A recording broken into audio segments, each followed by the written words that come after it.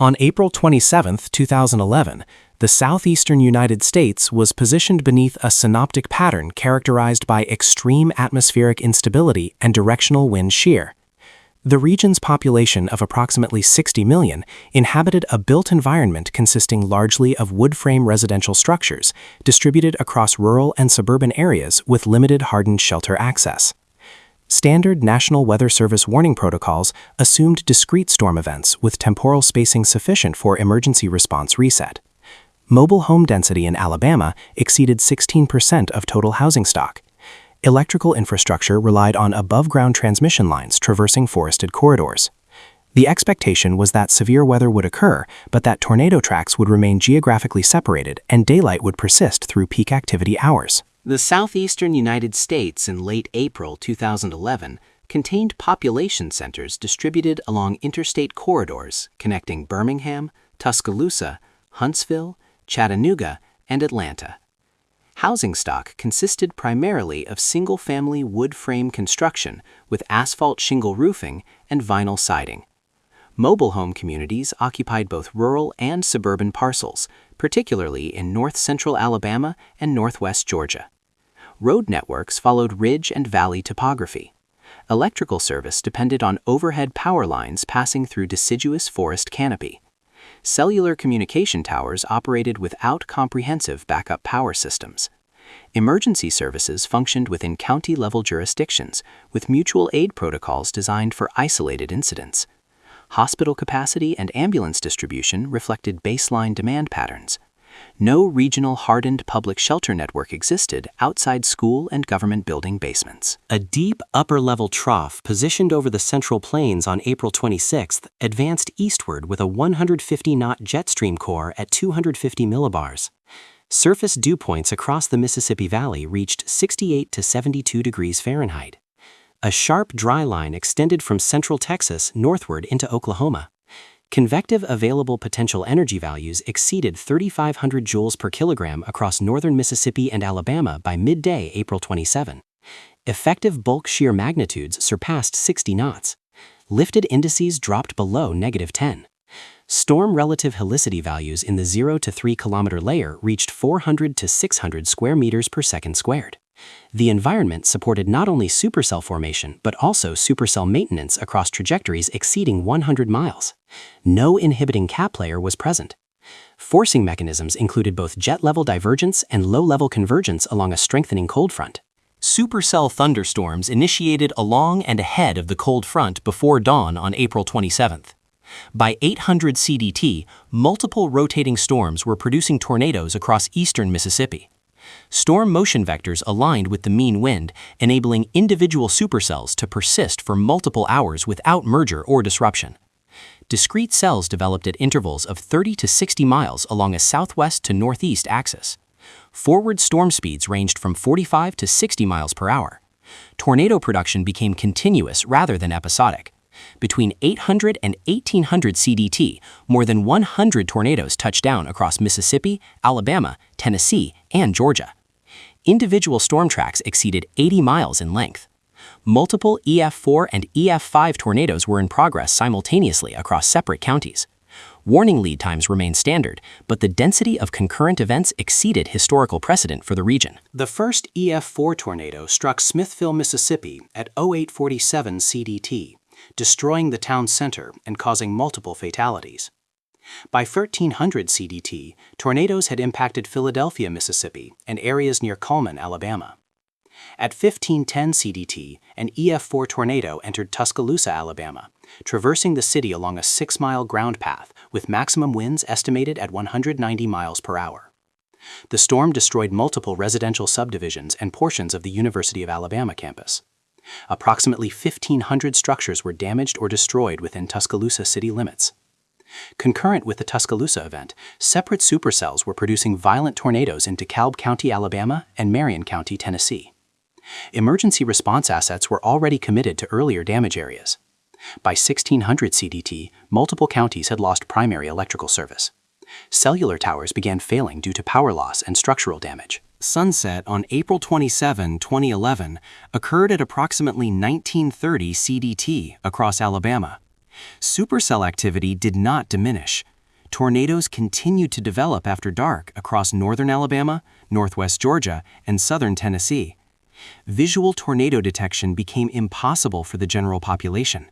Tornado warnings relied entirely on radar-indicated rotation signatures.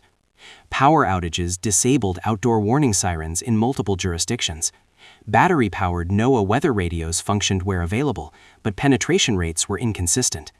The EF5 tornado that struck Hackleburg and Phil Campbell, Alabama, beginning at 1540 CDT, had occurred in daylight. The EF4 tornado that struck Ringgold, Georgia, at 2245 CDT occurred in total darkness. Ground truth reports from storm spotters decreased sharply after 2000 CDT. Residents in the path of nocturnal tornadoes received warnings, but had no independent visual confirmation until impact. The Birmingham to Huntsville corridor lost electrical service across multiple counties, beginning at 1600 CDT.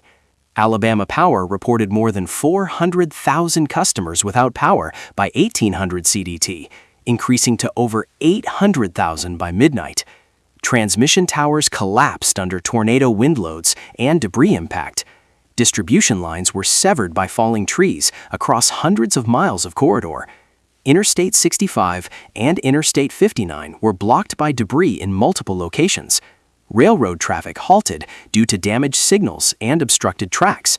The Tuscaloosa Regional Airport sustained damage to facilities and navigation equipment. Water treatment plants operating on emergency generators faced fuel supply constraints. Natural gas distribution continued, but monitoring and safety systems were offline. Gasoline stations without generator backup could not pump fuel.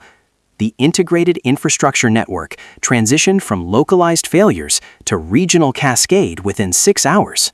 County-level emergency management agencies received simultaneous requests for assistance from multiple municipalities. The Alabama Emergency Management Agency coordinated response across 28 counties reporting tornado damage. Ambulance services exhausted available units by 1700 CDT. Mutual aid requests extended into neighboring states. Hospitals in Tuscaloosa, Birmingham, and Huntsville received mass casualty influxes exceeding surge capacity. Triage occurred in parking areas and hallways. Air medical transport was grounded during active storm periods and limited by visibility after dark.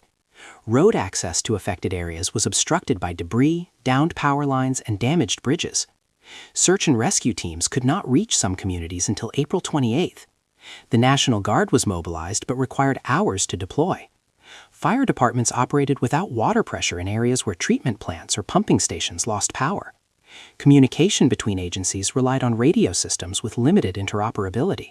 The April 27, 2011 tornado outbreak resulted in 316 confirmed fatalities across 6 states, with 240 deaths occurring in Alabama.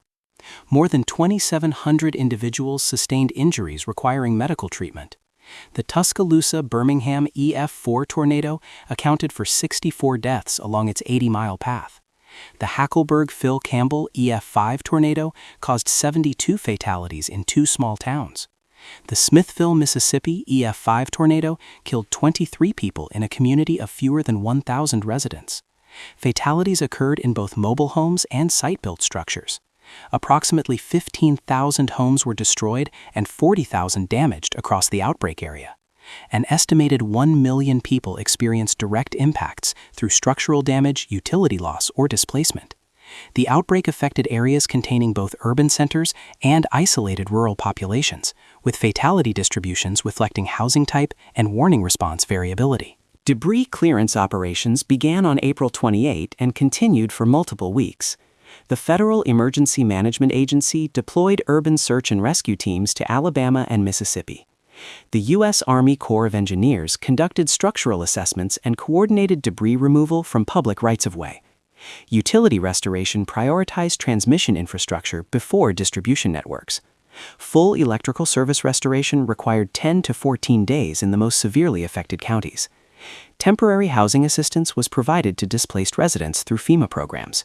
The American Red Cross operated shelters in unaffected school buildings and civic centers. Debris volume in Tuscaloosa alone exceeded 500,000 cubic yards. Landfill capacity was supplemented by temporary debris management sites. Hazardous material cleanup included propane tanks, household chemicals, and asbestos from damaged structures. Road reopening depended on removal of trees, utility poles, and building materials. The National Weather Service confirmed 362 tornadoes across the multi-day outbreak period of April 25, 28, 2011, with 216 tornadoes occurring on April 27. 4 tornadoes were rated EF5, with maximum wind speeds estimated between 200 and 210 miles per hour. 15 tornadoes were rated EF4. The Smithville, Mississippi EF5 tornado achieved a damage path width of 0.75 miles. The Hackleburg-Phil Campbell EF5 tornado maintained EF5 intensity over multiple miles of continuous ground contact. The total path length of all April 27 tornadoes exceeded 1,400 miles. The outbreak ranked as the largest single-day tornado event in U.S. history by economic impact, with insured losses exceeding $10 billion. The Storm Prediction Center had issued a high risk of severe weather, the first such forecast for the region in several years.